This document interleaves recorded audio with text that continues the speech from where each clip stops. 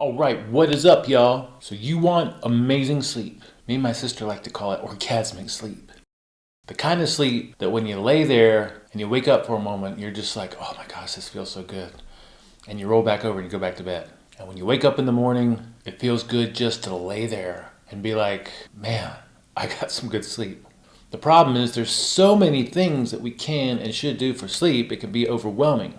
So today what I want to share with you are some of the most impactful things that you can do to have better quality sleep. And this is what you do when the sun goes down or when it gets close to your bedtime.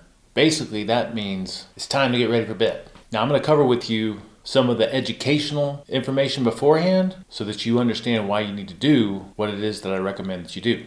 Now, think about it. This happens literally every day. And yet these subtle changes in signals go relatively unnoticed, and yet they have a tremendous impact on your sleep quality. So when the sun goes down, think about the different things that happen. The temperature drops. Now, depending on where you live, the temperature is going to drop around 15 to 20 degrees. Living in urban environments, it kind of flattens or averages that out a little bit. But if you've ever camped out in the woods in pristine environments, especially in the desert, you'll notice when the sun goes down, temperature changes very noticeably. And again, this is going to be about a 15 to 20 degree drop. So this temperature change is one of the things, one of the signals that your body can pick up on to initiate all the various sleep processes. Your body can pick up on this signal. The gradual decrease in temperature is a gradual signal to your body to start to wind down and get ready for bed.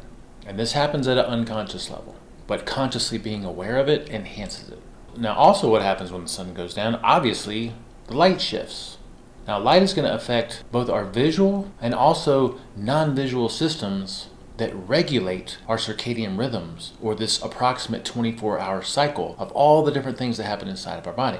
So you may remember getting early morning natural light is very crucial to anchoring that cortisol secretion in the morning, but also for creating melatonin that the body then holds on to and then starts to secrete it as the light frequency and intensity shift and decrease. So that gradual decrease or change in intensity and color or temperature, light temperature, is another signal to the body confirming to initiate these different sleep processes. So those two things combined, the temperature change and the light change, are powerful signals for the body. And again, being consciously aware of these things enhances that signal.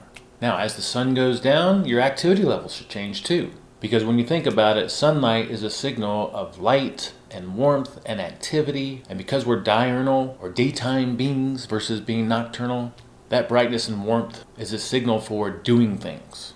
And on the flip side of that, as the temperature and the light change and decrease, then our activity level should also decrease. And that also means that your eating should ideally stop, because eating is an activity. And as we get closer to bedtime, we want the body to be relatively pristine, calm, cool, inactive, so that it can shift into some powerful and beautiful sleep.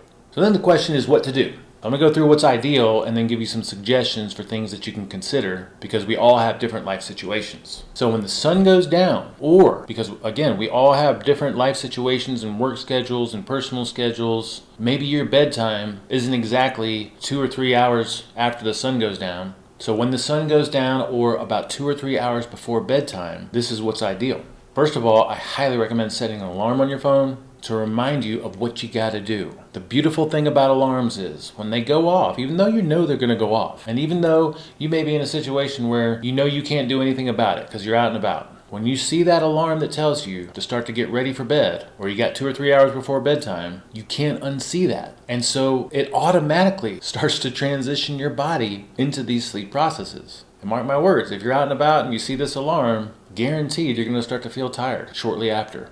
All right, next, to mimic the temperature change, you want to change the temperature in your home, ideally, but definitely in your bedroom. And again, ideally, this is going to be like a 10 to 15 to 20 degree change. So if it's the summer and you keep your thermostat around 75 or something like that, dropping it down to 65 or 63 could be really useful. And on the flip side of that, in the winter, if it's already cold and you're using your heat, sometimes what I like to do is I'll keep the heat around 66 to 69 degrees. And then when the sun sets, I'll turn off the heat and let the temperature drop naturally. Regardless, you want the contrast of whatever your daytime temperature is in your home and or your bedroom to shift into something lower, 10, 15, or 20 degrees.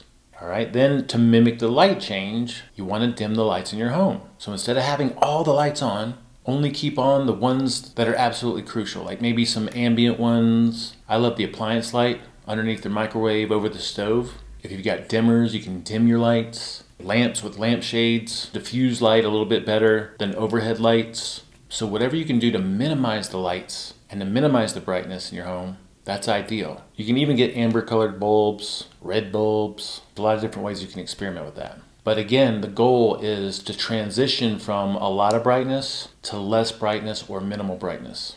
Now, if you've got your blue light blocking glasses, this might be a good time to don your blue light blocking glasses. If you got the Viva Rays, remember they have an evening and a nighttime lens. So the sunset or 2 or 3 hours before bedtime would be when you want to put on your amber evening lenses to mimic that transition.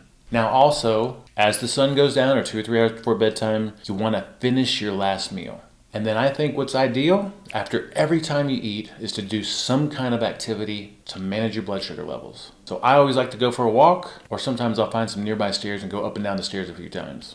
All right, and then finally you just want to chill out. After you've done these different things, the mindset is, I'm going to relax for the rest of the evening. So that's the perfect time for an evening routine. You could read a book. I love to make some tea with some honey and some collagen. I don't even really see a problem with watching a show or something like that, as long as you got some blue light blocking glasses to minimize the impact of the bright light and the blue light frequencies, or maybe if you're dimming the brightness on your computer or your television. But committing to some kind of an evening routine or evening ritual or evening process would be ideal. All right, so now your goal is to think about what it is that you can do. Set an alarm. I'd say that's non-negotiable. Figure out when that alarm is. If sunset just happens to be around that 2 to 3 hour mark before bedtime, that's perfect. But if not, just decide what the best time is for that. Decide on your temperature change. Where are you going to change the temperature? Ideally, it's the entire home, but there may be a cost factor there, right? At a minimum, the bedroom, but figure out where that temperature change is and how much of a temperature difference it's going to be. And then decide on the light change. How can you dim things in your home? How can you minimize your brightness? You can definitely close all your blinds, turn off unnecessary lights. If you got lamps, use the lamps. If you got ambient lighting or dimmer switches, that would be ideal. And if you got blue light blocking glasses, you can don those. Pro tip, if you don't have any, you need to get some because they're game changers. Then decide on your eating schedule. Now for me, eating late in the evening just seemed to make sense. It's just something that I've always been used to doing. But when I started experimenting with eating earlier and earlier and earlier, it had a dramatic impact on my sleep. I couldn't even believe it. But you have to factor in your social situation, your family situation, your partner situation, and just figure out, what you can do there. Maybe you and whoever you're with can agree to eat earlier or as early as possible in the evening. Or maybe even you just have different schedules. Maybe you request an experiment. Say, hey, I'm just going to try this and see if I sleep better. So decide on your eating schedule and then decide on the movement that you're going to do right after you eat, whether it's a walk or going up and down the flight of stairs a few times or something like that. And then decide on your bedtime routine. What would you like that bedtime routine to look like? Again, it could be reading, it could be journaling, donning your glasses and watching a show, some tea with some honey and some collagen. And honestly, I sometimes just love to lay there for like an hour and a half in bed, sitting up and just being present and letting my mind wander and think about things I want to think about. All right, again, like I've said many times, it's about showing up and doing these things. So it's not about being perfect with them. It's about making some kind of a change in these different areas. And I promise you that if you do these changes in these different areas, you're going to start to sleep better and better until eventually you're going to sleep like a freaking champ. Questions, comments, feedback, snide remarks, you can send it my way and keep it real.